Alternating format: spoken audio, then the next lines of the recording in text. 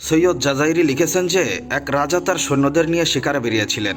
দুপুরে সে পাহাড়ের পাদদেশে খাবার খেতে বসেছিলেন। হঠাৎ একটি বাস তার উপরে ঝাঁপিয়ে পড়ে এবং রাজার সামনে রাখা ভুনা মুরগিটি সে তুলে নিয়ে উড়ে গেল। রাজা অবাক হয়ে গেলেন আর তৎক্ষণাৎ তার সৈন্যদের বাজের পিছু করার নির্দেশ দিলেন এবং ভুনা মুরগি ফিরিয়ে আনতে বললেন। সৈন্যরা তৎক্ষণাৎ বাজের পিছনে ধাওয়া শুরু করে।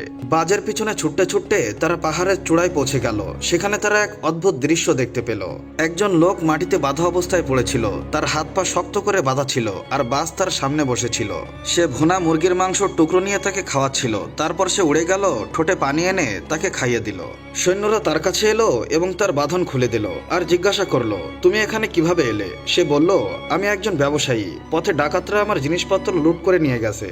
তারা আমাকে হত্যা করতে চেয়েছিল, কিন্তু আমার অনুরোধে তারা আমাকে হত্যা করেনি। তারা আমাকে কেবল বেঁধে পাহাড়ে ফেলে দিয়েছে। প্রথম দিন বাজ আমার জন্য রুটি এনেছিল, আজ সে আমার জন্য ভুনা মাংস এনেছে। এই পাখিটি আমাকে প্রতিদিন 2 বার খাওয়ায়। সৈন্যরা যখন এই ঘটনাটি রাজাকে বলল, তখন তিনি কাঁপতে কাঁপতে বললেন, আমরা কিভাবে গাফেল ছিলাম আল্লাহ তাআলার, যিনি নির্জন পাহাড়েও তার বান্দাকে রিজিক পৌঁছে দেয়। সেই দিনই রাজা তার রাজ্য ত্যাগ করেন এবং তার বাকি জীবন আল্লাহর ইবাদত করেই কাটিয়ে দেন।